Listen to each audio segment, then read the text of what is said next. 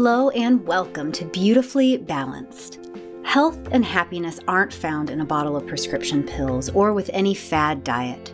Instead, we can activate your body's natural ability to heal itself. And that is exactly what we're going to do together here. I'm Sarah Teeple, a women's integrative health practitioner, and I blend the ancient wisdom of Ayurveda with the modern science of functional medicine to help you heal your gut, rebalance your hormones, and calm anxiety naturally. Here I'll teach you the smart, sustainable, personalized, and fun way to use nutrition, herbs, and healthy lifestyle to feel vibrant, energized, and beautiful inside and out. Are you ready? Let's dive in. Hello and welcome to the 10th episode of Beautifully Balanced. To celebrate this modest milestone, I'm getting a little personal with you today. So, like many healing professionals, I myself came to holistic work because of my own need for healing. And I want to share some of that story with you today. Warning, it is a wild ride. In this episode, I'll tell you the story of my 2008 chemical exposure, which was life-altering and also slightly embarrassing for me. You'll understand when I tell you how it happened. So, to tell you the story, I'm going to take you all the way back to the summer of 2008 in Louisville, Kentucky. My life looked a lot different those days. I was married to my ex-husband. I was fronting our very loud rock and roll band, so I was a rock singer, and living a very different lifestyle of wild late nights, loud music, and just all of the things, whiskey, cigs, beer, touring, all the things that come along with being in a rowdy rock and roll band. But it was what happened one day, actually during my work day as a case manager at a local women and families shelter, that really changed things for me. This changed my whole life. So I had a massive chemical exposure, and conventional Western medicine had no answers for me. This chemical exposure stopped me in my tracks, and it began to shift my personal focus from my rock band, the Ladybirds. If you want to look us up, you can YouTube the Ladybirds and see some really fun videos. That was a great time of life, great decade. But this really shifted me to a path that would ultimately heal my mind, body, and spirit, and just feel so much more aligned for me in my life. So my story is kind of part one. I'm going to tell you about how I found holistic nutrition and functional medicine in order to heal my body's chronic inflammation that was the result of that chemical exposure. The second part of my story was how I found Ayurveda, and that wasn't until 6 years later. So definitely stay tuned for that.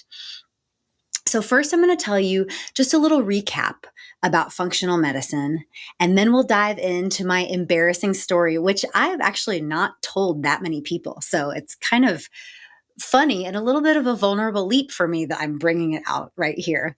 So I'm going to tell you that embarrassing story and about my amazing comeback. And I'll tell you what you can do if you're ready to get to the bottom of your issues. So functional medicine is a branch of medicine that looks to treat root causes of conditions, not just band-aiding symptoms. And if you want to learn a little bit more about that, go back to our first episode of Beautifully Balanced. It's episode 1, and it's 2 tools that will change your life. And there I just give a brief intro on functional medicine and Ayurveda, but I'm going to recap that intro of functional medicine in a way that'll be very digestible and easy to listen to, not a bunch of technical medical speak. But so treating root causes, even though this seems like the obvious thing to do, to treat every illness and condition, right?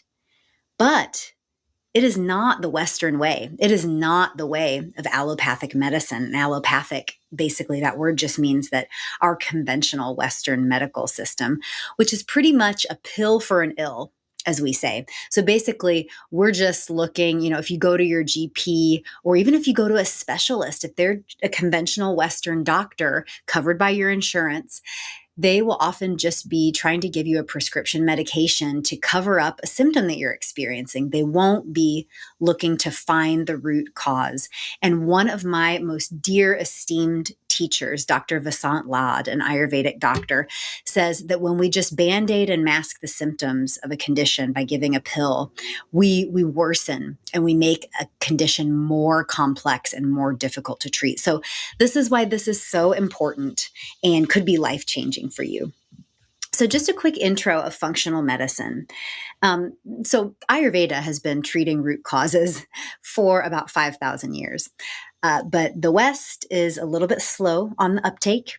And we have been really focusing on this in the way of this type of medicine called functional medicine since about 1991, or that is when the Institute for Functional Medicine developed. This was founded by a doctor, Dr. Jeffrey Bland, and his wife, Susan. And this really grew out of their vision to bring to clinical medicine, so that means to just regular medicine that was practicing, the emerging evidence and insights to move from this drug-based model, which was basically made to fight infections and infectious diseases. So, if we get MRSA, or if we have, just the most wicked case of strep throat, maybe we do need those antibiotics. But for most conditions, a different way is required. So this new model that they proposed, it was to move from this drug-based model to a more systems-oriented and patient-focused clinical model. So not one size fits all. And it was designed to reverse growing chronic disease epidemics. So, most of the issues that we're struggling with here in the West are not MRSA or these wicked cases of strep throat that need these antibiotics or other medications, but it is lifestyle, diet related, environmentally related. So, these most prevalent health conditions are mostly caused, functional medicine says, by interactions between genetics, lifestyle choices, and environmental exposures. And this is a branch of medicine in and of itself called epigenetics. And I think it's so cool. If this interests you, just look up epigenetics and you'll be like, oh my gosh, this is obviously the wave of the future and the path. But epigenetics just means we've got your genes. So there's no doubt that you have genetic predispositions for certain things.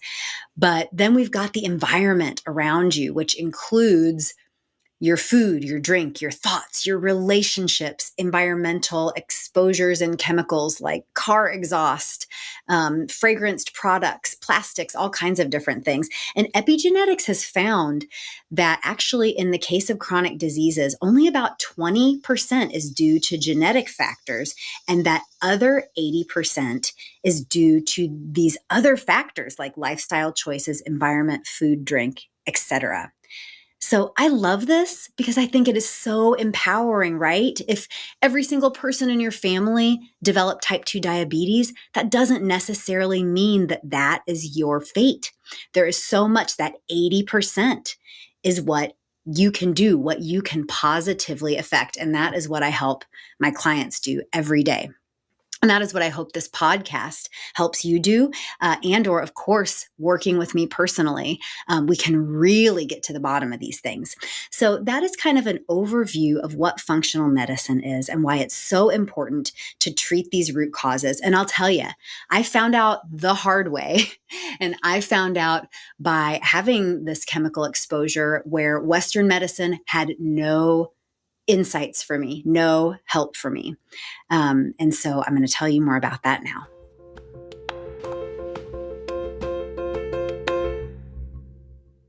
So we are going to press the rewind button and go all the way back to the year 2008, Louisville, Kentucky.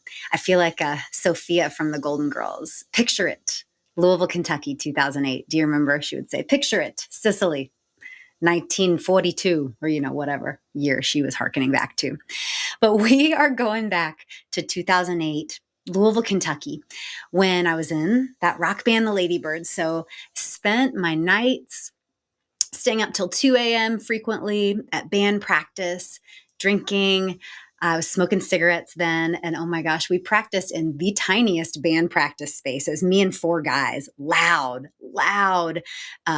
electric guitar, super loud drums, a loud electric organ and electric bass, and my vocals, which I basically had to scream in order to hear myself. It's funny because I would wear earplugs because it was so loud and have to scream over the music, which was easier to do if you had several beers and or some whiskey in your system. So that is what I was doing at night. And during the day, I was working as a case manager at a place here in Louisville called Salvation Army Transitional Housing.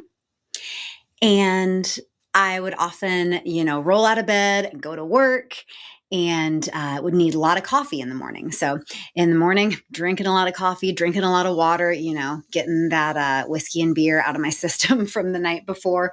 And most importantly, helping these wonderful women and their families get back on their feet. So it was great work. I would spend the mornings, in my office typing up case plans, connecting them to resources, and again, chugging said water and coffee. So it so happened that I had to go to the bathroom, of course, and the only bathroom available to staff was up on the second floor. My office was on the first floor, and the bathroom was on the second floor. And so I'm running, like doing the pee pee dance up to the bathroom because I have to go so badly, but I'm trying to hold my pee in. And I open the door to the bathroom. I'm like pulling my pants down to pee as I'm still opening the door. Luckily, none of the residents who lived on the second floor were there to see me just like running into the bathroom. And so I slam the door and lock it behind me. It's just this one stall. It's not even a stall, but it's just a bathroom. And the door closes behind me. I pull my pants down and just sit on the toilet and start peeing. And right as I sit down, I notice, oh my God, the air in here feels terrible. Like I can tell someone has basically just emptied an entire can of like Glade or Renews It or whatever air freshener, one of those aerosol cans of air freshener. But so what I think happened, or what I know happened, is that my beautiful coworker had come up to go to the bathroom before me, and she had done some of her business. And in order to try to be considerate to the person that followed her, she had sprayed like the entire can of aerosol air freshener in there. And I'm just sitting on the toilet peeing because I had to pee so bad, breathing it in, and I could not escape. And I know it sounds, pardon me, it sounds kind of silly and kind of like slapstick humor, but it actually was the most terrifying experience because I could tell how bad this was for my lungs. Like I could just immediately feel that this was unhealthy and like paralyzing my lungs, basically. So I take my shirt that I'm wearing, I had some, office work shirt that I just like gathered up and put in front of, sorry, my voice was muffled because I'm like acting this out. I put in front of my nose and my mouth to try to filter out some of those VOCs or those little particles. But, I had to sit there in order to get all my pee out. It's hard to stop midstream. So I sit there just breathing this in while I'm peeing, but trying to take shallow breaths and breathing, just into my shirt. And then I wipe super quickly, pull up my pants, leave that room without even washing my hands because I'm just like, oh my God, I need to get the hell out of here. And after I got out into the hallway, which was a little more relatively fresh air, walk down to my office, just completely shaken up, completely jarred, and just wondering, gosh, what was that? That was just crazy, but I think I'm okay. But feeling really, really jarred and freaked out from that experience. So that was basically how my chemical exposure happened. That was the incident itself.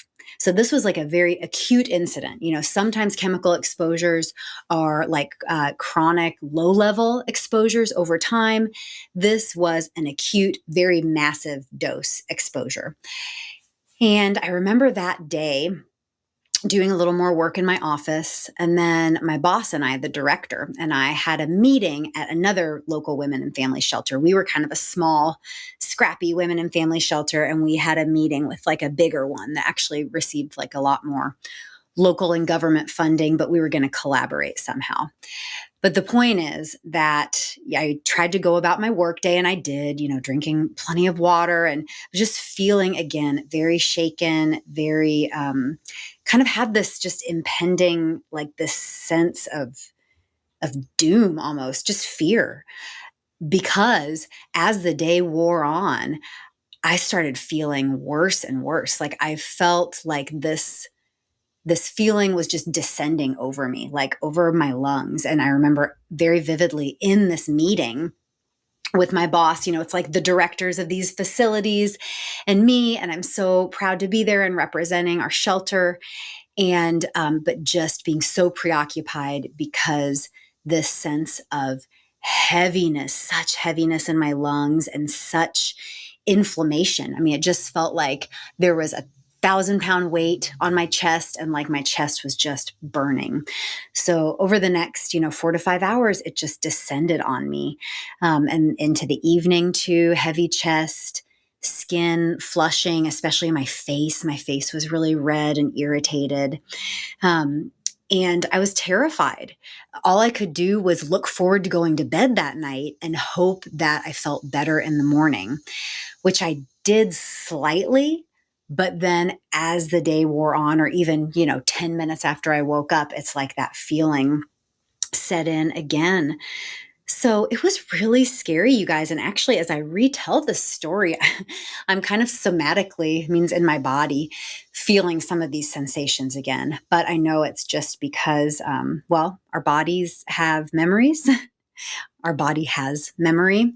And I'm just kind of tuning back into that. And I think I'm having a lot of empathy and love for myself back then, and just wishing that I could give myself a big hug, because this was a really hard and scary experience that actually lasted for several years beyond this. So I remember talking to my husband at the time about it, and him being supportive, but not really understanding, and kind of thinking that I was overreacting. So this is very common of many people who have had chemical exposures or who have multiple chemical sensitivities, which is actually often a result of a chemical or like a mold exposure. Your system just becomes very sensitive. And it's because it's like your body has that memory of that initial exposure.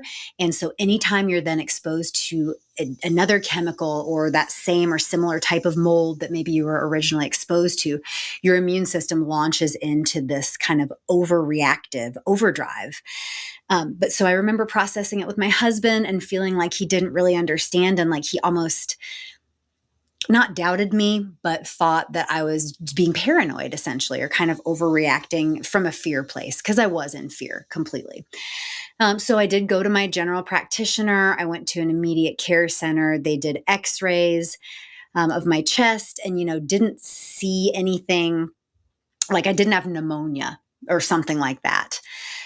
So they prescribed inhalers, which did not do anything for me. It was like albuterol inhaler, which I didn't want to take. And that chronic inflammation cannot really be treated with albuterol. Albuterol is more to like open constricted airways, but can't really address the inflammation so much. So I had to find something that could. Although I tried all of kind of the conventional pads, I remember talking to my general practitioner and also a therapist about my tremendous anxiety that then developed. So my symptoms were that chest heaviness, massive lung inflammation in my skin. I was reacting to everything. I sometimes had a cough. It felt like I had trouble breathing, which I couldn't tell at the time if that was from inflammation or if it was from the anxiety that accompanied it, like if I was going to have a panic attack. So Xanax and Prozac were both recommended and prescribed to me, and I didn't take either one of those. You guys know I'm a little stubborn. And I knew that those weren't going to treat the root causes. So I knew I had to find a way to treat myself. And so I started researching anti-inflammatory diets. This led me to functional medicine. And I'll tell you a little bit more about what I did to treat this exposure and heal it ultimately, although it took quite a while. Now, luckily, most of you hopefully have not had an acute massive chemical exposure. But if you have, I want you to know that there's hope. It doesn't have to take as many years as it took me, but I was just cobbling the pieces together myself.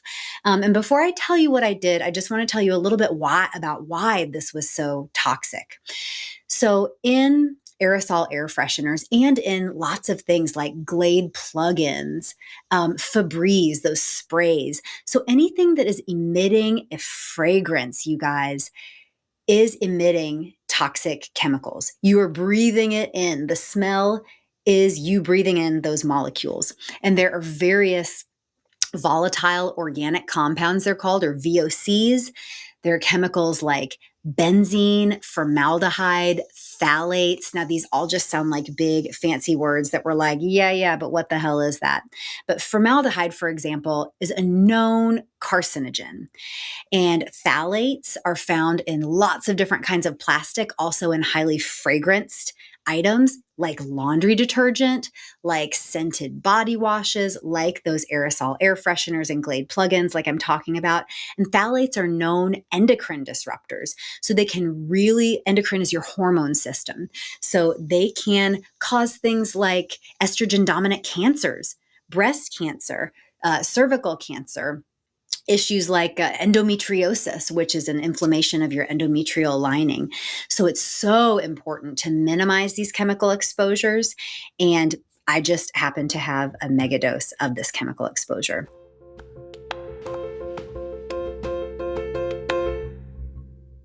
Whew, that was a lot to share. I'm reeling a little bit from sharing that. But I'm so glad to share this with you. As I said, I haven't shared it with tons of people. And I think it's important that you know that no matter what your history is and no matter what incidents have occurred to you, whether they're chemical or whether it's something in your life that's happened, or whether it's years of eating in a way that you now know is not serving you, there are always ways to address these things and to heal you. And this is what I am so passionate about bringing to you and bringing to other women. So this is what I did. I knew from my research. So first, I actually went to holistic nutrition school. So we don't all have to do that. I did that for you. I dove into functional medicine and holistic nutrition because I knew I needed just a mega dose of anti-inflammatory foods, drinks, activities that could heal this massive inflammation. So what that looked like for me, and not everyone needs this kind of dietary approach, but what that looked like for me was going gluten-free and dairy-free and eliminating white sugar. So ever since I was young, I've always been interested in nutrition and trying different things. I became a vegetarian when I was 12. By this time, I was no longer vegetarian. But going gluten-free and dairy-free were kind of easy and fun for me, or I was curious about them. So, it wasn't this big, terrible drag. It was like, oh, okay, I'm going to figure this out. And by then, in 2008 or 9, by the time I kind of got around to this, there were a lot more food options out there. But even things like, so gluten basically is found in wheat and rye and spelt. But, you can still eat rice, quinoa, millet. You could do rice crackers instead of wheat crackers. They have lots of gluten-free breads out there, which I don't recommend going overboard on. But there were, pretty great ways to do this. I also tried to cut down on my alcohol and cigarettes. Now, it feels so funny to even say this now. I mean, I still indulge in a little alcohol here and there. But at that time, I was drinking alcohol pretty heavily and still smoking cigarettes. And obviously, cigarettes were not helping my lungs. But so I did my best to cut back on these things. And that took a lot of time because my lifestyle had revolved around drinking and smoking and partying, or at least my nightlife. That's just what we did in the band. So I had to really heal my gut and furthermore, eliminate some of these environmental toxins. So remember earlier when I said that if you have a toxic exposure, often that kind of programs your immune system to then overreact to any and all toxins in the future.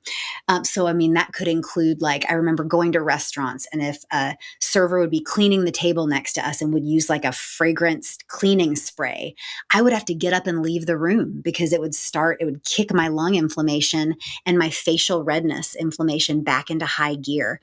That dissipated over time. But so, while you can't always control what products other people are going to use, you can control them in your own home. So I switched to all fragrance-free products. And this took a while. And I kind of went kicking and screaming in some ways because there were certain things that were easy, like fragrance-free laundry detergent, whatever, fragrance-free dish soap, that's fine. But there were certain products that I was really attached to. Like, I remember my Pantene Pro V shampoo and conditioner. It really helped kind of smooth my hair that's kind of curly and frizzy. So that was a hard one to let go of, but it became easy to make a shift because that product, every time I would wash my hair, which I have a lot of hair, so I don't wash it often, but every once or twice a week when I would wash my hair, my face would get red and like break out in these red patches. So I knew that something I was using was, again, reactivating this inflammation. So just to kind of recap and tie a little bit of this together, what I was doing to heal myself is I was looking at my functional medicine root causes. I haven't like verbalized it like this to you yet. But in functional medicine, there are those root causes that we're looking to address, not just, giving me a pill to try to stop the symptom of my lung heaviness, anxiety, and facial inflammation, but I was trying to address those root causes. So for me, those were gut issues, the root causes, and environmental toxins. And if you're curious about more of the root causes and to learn your own root causes, go back to episodes 3 and 4 of this podcast. They're the root causes 1 and 2, basically. Those 2 episodes, they'll tell you all you need to know about your root causes. So that's a good resource for you. Oh, now this process took me years. I dabbled and experimented with lots of things. I educated myself and actually eventually made a career switch to holistic health. That's why I'm here now. And it wasn't until, as I said, about 6 years later that I found Ayurveda. But I share this with you because I want you to know that if your issues have been going on for years, it's okay. It's never too late to address these things. Also, though, if you're experiencing new symptoms and you don't want to wait years to heal them, you can start now. And, listening to this podcast is a great way. And I also offer so much other support for my beautifully balanced clients. I take you through a guided 3-month holistic healing process where I baby step you through it. Step by step, you have your own Ayurvedic and holistic guidebook. You have your personalized cookbook.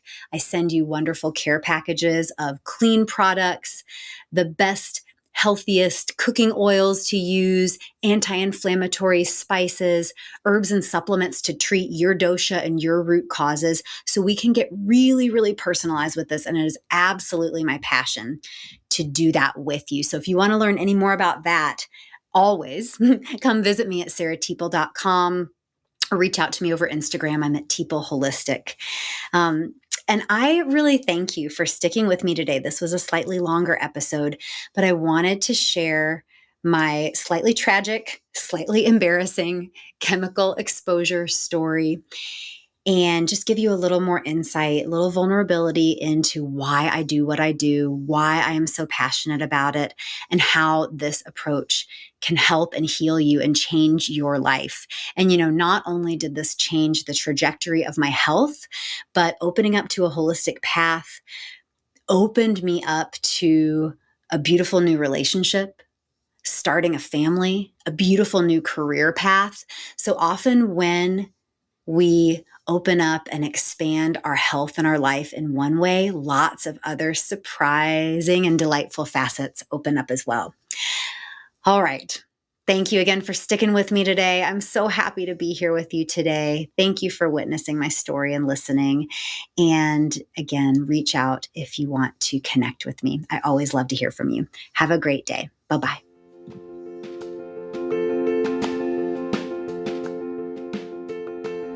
Thank you for being here with me today.